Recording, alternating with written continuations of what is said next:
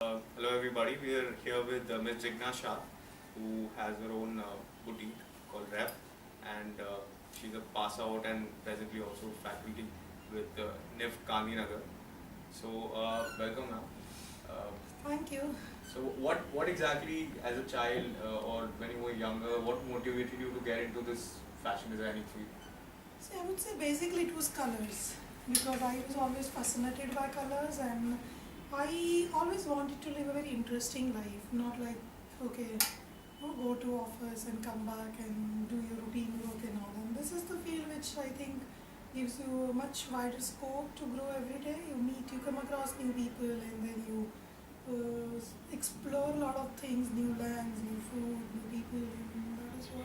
So you travel frequently because of this. Yeah, I cannot, I think, basically live at one place for a longer time, so I feel that's something. Any famous personalities for whom you've designed clothes? Most of the Bollywood stars, including Priyanka Chopra, I've designed for, then lately Shazia Ilmi. So I always like to deal with, I think, the powerful women and the confident women. So my clothing, the whole range is also basically designed for the modern women. We don't do very traditional stuff. Rave stands for that. The world is going to be now, I think, more towards the empowerment of women. Yes, ma'am. And coming to that, I mean, there are so many women who aspire to become, what you are today. For instance, open their own clothes line and stuff like that. What do you say to them? How to get into this field particularly? Are there any challenges you personally faced? I would feel that, of course, designing being a great designer also, but you cannot be a successful business woman or a businessman unless you understand the importance of marketing, pricing, branding, right move at the right time. A lot of factors are there which most of the students fail miserably. They think, oh, the product is best and it's going to work. It's not that. To a customer, it's just a good product and a bad product. And then the price has to be according to the quality, but it cannot be something which is sky high. Nowadays, Probably you've learned the tricks of the trade, and exactly. I mean you've really got into this. So I mean you had received the Udgam's award in the last year for an unsung hero. And how do you feel when about this initiative where we go out and we see everybody gives awards to social workers and the national scale people at the national scale. How do you feel about this initiative by Udgam where we actually recognize people who are doing some real groundwork but may not be getting their due?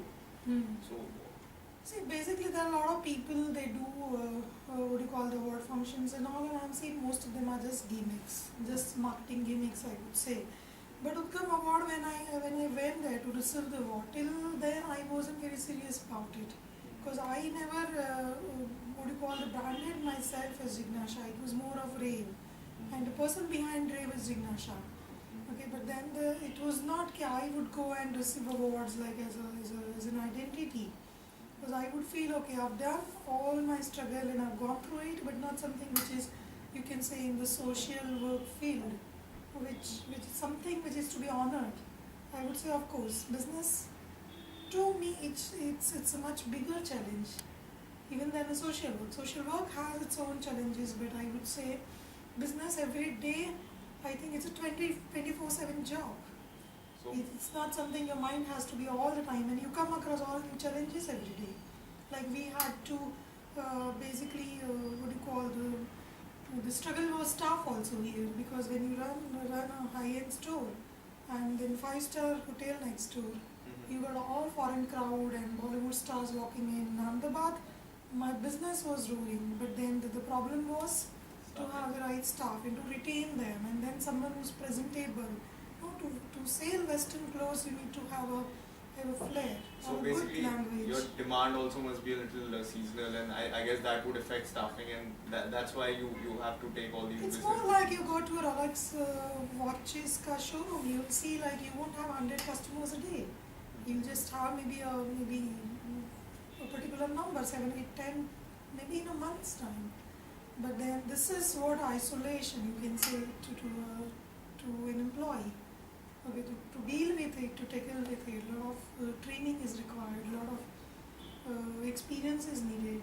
But then I think this is how it goes. Of course, when Udgam invited me, I was thinking more of let's go and receive the award. But when I could really hear there the stories of women who got the awards, I would say salute to them.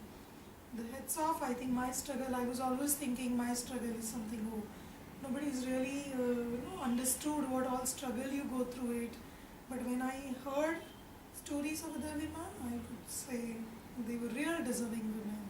And Udgam has done, of course, not no dum dadaka, no sort of big banners, and no what do you call the very impressive backdrop and the stage and everything. But the real, I think that the material, the giving the awards, that material was something which is, I would say, very. You mentioned, ma'am, that experience is a big factor, and that's what you have, and that's why we are here to learn. Is there any message you would like to give, not just to women out there who are struggling to get into this field, but just in life, they're at home and they're maybe not as recognized, but they're doing their work and nobody is even recognizing them. Any message for them, any message to the society as to how we can treat them better, any such message?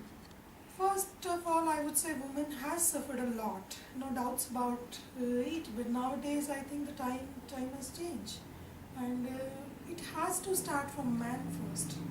So in olden times, though a lot of women were dynamic, but then I think the counterparts of their lives, they never allowed them, in the sense husbands or fathers or no, to go out and work and all. So these days generation, I would say even the younger generation is lucky to have freedom to go out and work, and now it's not taken as a cliche or a stigma when a girl says, no, I don't want to cook, I'll hire a cook, but I'll go out and I'll prefer to work. Even husbands accept it, and I think maybe in-laws also.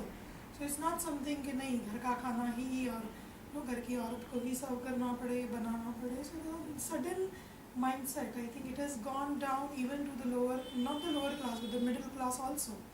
It was so far with only the upper class and educated class. Now even a woman who's working for 10,000 jobs, she can also afford to have a cook at home. I know, instead of garam fulkas, garam rotis, I think maybe they can always. So those compromises are there, and society has started accepting women now. Those working women, or women who are doing something for their own passion. So women are lucky. Don't all the time creep on like women empowerment, women empowerment, women empowerment. But it's a phase. It cannot be just one overnight process. That yesterday society was into this time and suddenly now society is into this time. For my example, I would say I've settled in Bombay now. But my husband encourages me, no, go and do something. No, don't break my head all the time. Do something productive in life. It's not for money. So nowadays, like, okay, I stay here 15 days, but that freedom woman is getting. Following their own passion.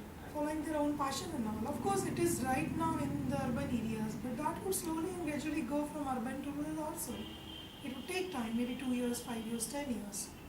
But of course, work in the right direction. I would say discipline is very much required, whatever you do. So it's not just for sake of doing, you're doing it. It has to be your passion. It has to be your, what you call, your involvement in the work. It's just not for sake of doing it. You'll never achieve it. Crises would always be there. Challenges would always be there. We have every day a new challenge. You'll get a call, staff today is not coming. Okay, you have to open the store. But that's how you have to work, and that keeps you going. And that is what I feel. So crisis keeps you going. That's what Ms. Jigna says, and we quite agree with it. Thank you, ma'am, for joining us. And it was really beautiful experience. It was a very short one, but I could see how you are, making more sense by saying that it's a phased approach as to how everyone's now running towards women empowerment. But it doesn't happen overnight, and that's true. And women out there, well, here's your inspiration.